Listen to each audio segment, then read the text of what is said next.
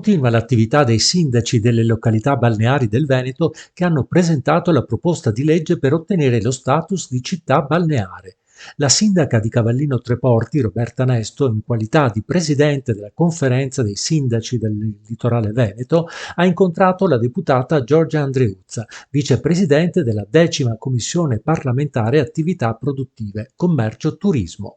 Il turismo, per le spiagge del litorale veneto, è una delle industrie più importanti. A Jesolo abbiamo presentato una idea che si basa su degli indici, su dei indicatori, su degli aspetti oggettivi e su delle esigenze delle nostre città. Oggi stiamo procedendo con la presentazione di questa idea tecnica alla politica, quindi a tutti i rappresentanti regionali, ai rappresentanti del nostro Parlamento e dell'esecutivo, cioè del governo. Che più comuni si mettono assieme con una certa identità e per cui si vada a individuare magari dei parametri e possa essere esteso con una norma a livello nazionale, penso sia fondamentale.